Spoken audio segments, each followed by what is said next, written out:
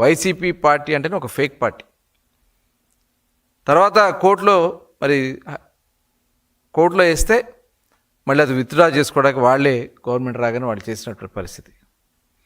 ఇవాళ గౌరవ ముఖ్యమంత్రి చంద్రబాబు నాయుడు గారు, అలాగే ఉప ముఖ్యమంత్రి పవన్ కళ్యాణ్ గారు, యావత్ ప్రభుత్వ యంత్రాంగం మొత్తం కూడా ఒక పక్క సంక్షేమం, ఒక పక్క అభివృద్ధి, రెండు కళ్ళుగా తీసుకెళ్తూ ఈ రాష్ట్రాన్ని అన్ని విధాల ముందుకు తీసుకెళ్తున్నటువంటి పరిస్థితిని చూస్తే ఇవాళ సాక్షి పేపర్ వేదికగా, లేదంటే సోషల్ మీడియా వేదికగా ఎలాంటి దుర్మార్గమైనటువంటి ప్రచారాలు చేస్తారో మనం చూస్తూ ఉన్నాం. రాజధాని గురించి ఇవాళ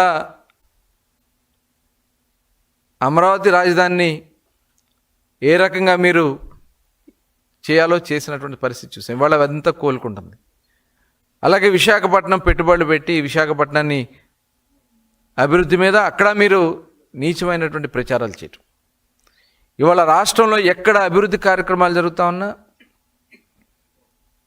వాటిని అసత్య ప్రచారాలు చేయటం మనం చూసాం. మొన్న పాస్టర్ ప్రవీణ్ని అతను యాక్సిడెంట్లోనూ మరి వేరు కారణాల వల్ల అతను చనిపోతే దాన్ని మత విధ్వంసానికి సృష్టించాలని ప్రయత్నం చేసినటువంటి విధానం ఇవాళ ప్రతి ఒక్కరు కూడా గమనించారు.